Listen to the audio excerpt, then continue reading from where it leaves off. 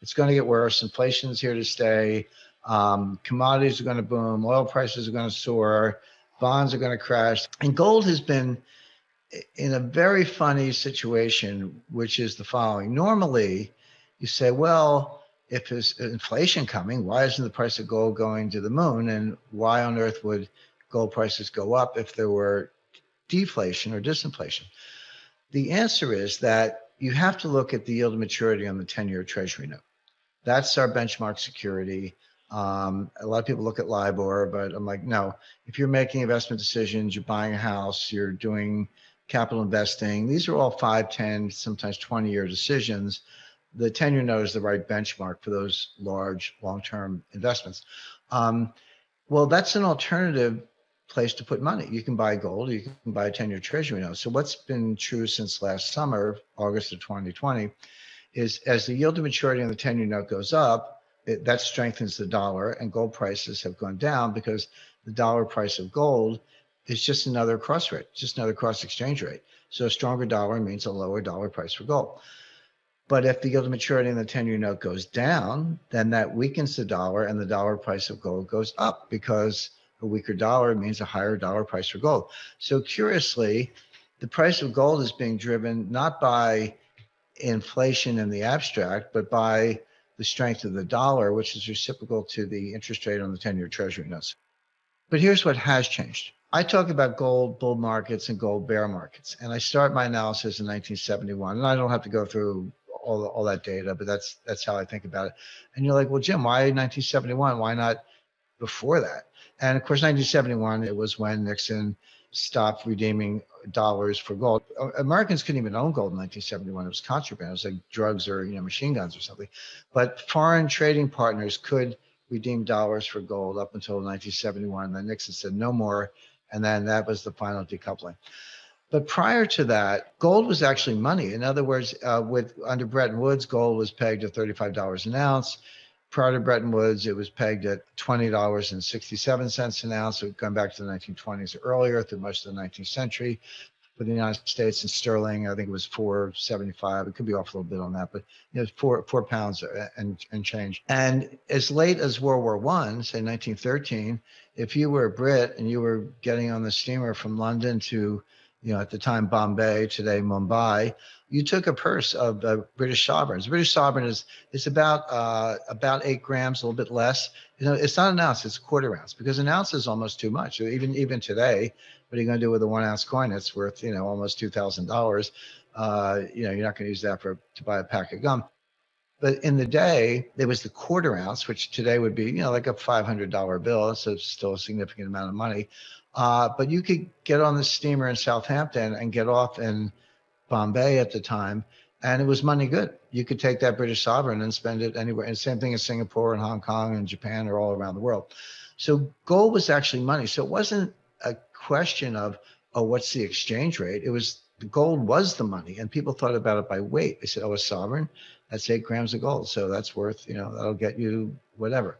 So, and that was true throughout history. And so it's really only since 1971, when we decoupled completely in terms of an exchange rate, that you have to think about, what's the dollar price of gold, because it's not fixed.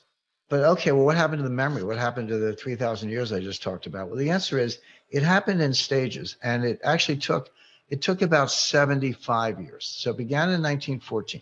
1914 was the outbreak of World War I.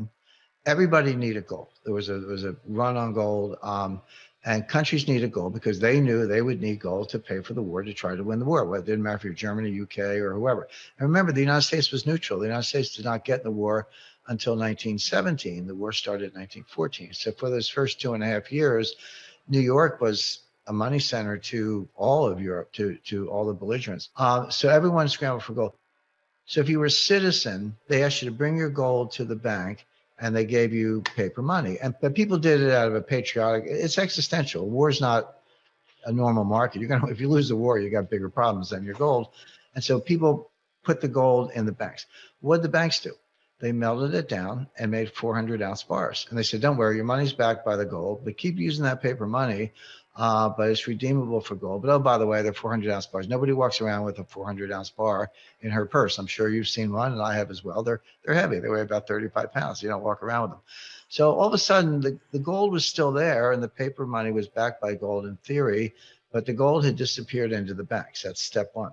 Step two, and this happened in the 1930s, the central banks took the gold from the commercial banks. So first, the commercial banks took the gold from the people. Then the central banks took the gold from the commercial banks, and the Federal Reserve System told all the banks, hey, send your gold to the regional Federal Reserve Bank. And of course, most of it went to the Federal Reserve Bank in New York. So now it's not even in the banks anymore, right? But you're still walking around thinking your paper money is somehow attached to gold, but people haven't seen gold for a while, unless you're a collector. Step three, the United States Treasury and the finance ministries took it from the central bank.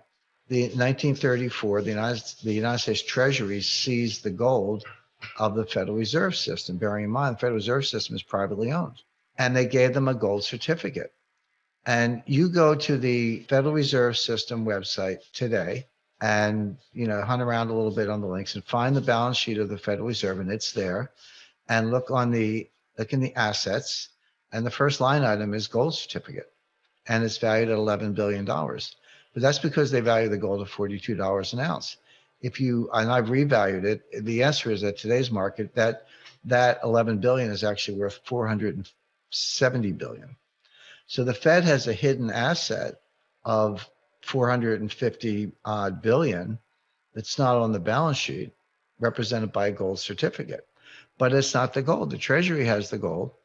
And by the way, where do we keep our gold? I'm talking about the United States. The Treasury owns the gold. The Fed has a paper certificate.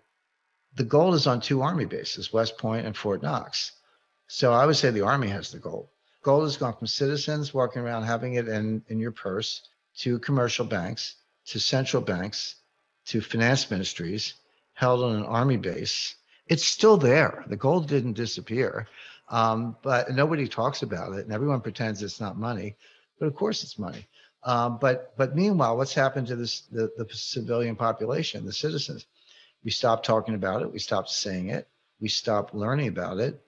I remind people, just showing my age, but I got a graduate degree in international economics, and I was class of 74.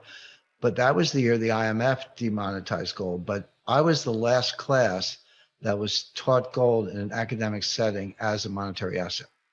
If you're younger than I am and you know anything about gold, you're either self-taught or you went to mining college, because they just stopped teaching it. So now we have two generations of scholars who never learned a thing about gold. So they hid it, they took it, they buried it, they stopped teaching it, they stopped talking about it, and they pretended it's not there. Meanwhile, it is there. And Russia is a good example of someone who takes it seriously. In the US, we still have our 8,000 tons, 8,133 tons. We haven't given it away. We haven't sold any gold since 1980, by the way. We got the British to do it. We got everyone else to do our dirty work. The British sold more than half. No, seriously, the British sold more than half their gold. The Swiss sold 1,000 tons. The IMF sold 400 tons in 2010. That was the last significant sale by a monetary institution. Australia sold most of theirs. Canada sold most of theirs. If I were one of these other countries, I would say to the U.S., hey, why don't you sell some of your gold? But the U.S. doesn't. We haven't sold an ounce since 1980.